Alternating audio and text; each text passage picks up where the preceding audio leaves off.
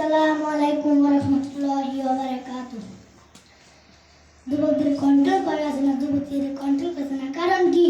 ওই নাটকের মাধ্যমে প্রেম, গরিব ধনীর প্রেম, ফকিরের প্রেম, তাওয়ানের প্রেম, প্রেম প্রেম প্রীতি, প্রেম প্রেম খেলা, প্রেম প্রেম পাগলামি, খালি প্রেম প্রেম প্রেম।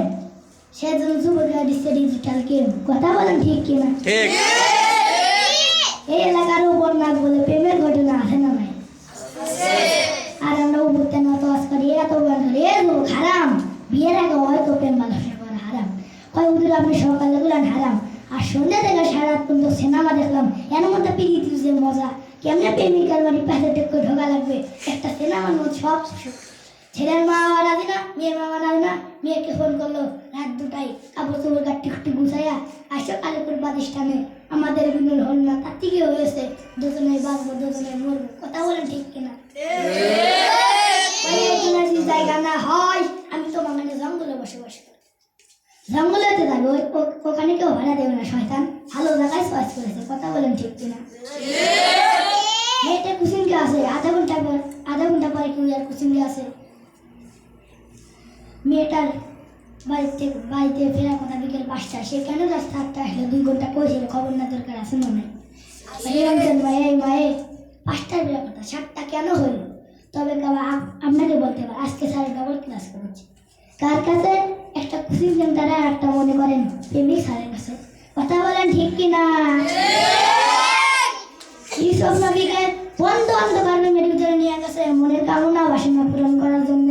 যৌবনের পরীক্ষা দিয়ে ইউসুফ নিজেকে কেমন করে কন্ট্রোল করেছিলেন? ইউসুফ মনে মনে বলে, আল্লাহ দৌড়াই কাজে ফার, এই ফার থেকে আমার বাসা লাগবে। কয় হুজুর তুমি তো কিছুই বোঝা, তোমার চোখটা সুন্দর। ইউসুফ নবী বলে, চোখ আমার সুন্দর না, এই চোখ যে মালিক বানাইছে তার কথা স্মরণ করো। কথা বলেন ঠিক কিনা? মনে বড় জ্বালারে পাঞ্জাবিওয়ালা, এই হুজুর তো মনের কথা কিছুই বোঝে না। এই বলে ইউসুফ নবী নিজেকে ধৈরা জোরে করে মারছে দৌড়। আল্লাহ 10টা তালার দরজা খুলিয়েছেন, ধরেন আল্লাহু আকবার। সর্বশেষ দরজা দেশে মারছে থাবা, কাপড় ছিঁড়িয়া গেছে। এর মধ্যে দেখে স্বামী আদর্শ মিশল, সেখানে বাগের বসে মেধার হয়।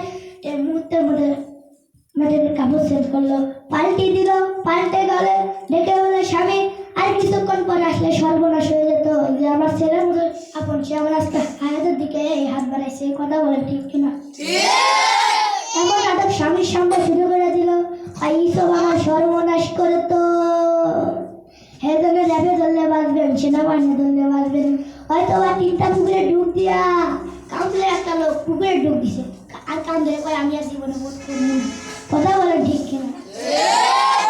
কাউন্সিলে সই হতে পারে না, যাই যা হয়েছে তার জন্য বাঁচবে। কথা বলেন ঠিক কিনা? কি একটা দেশে মারামারি কাটাকাটি করলো না। আসসালামু আলাইকুম ওয়া রাহমাতুল্লাহি ওয়া বারাকাতুহু।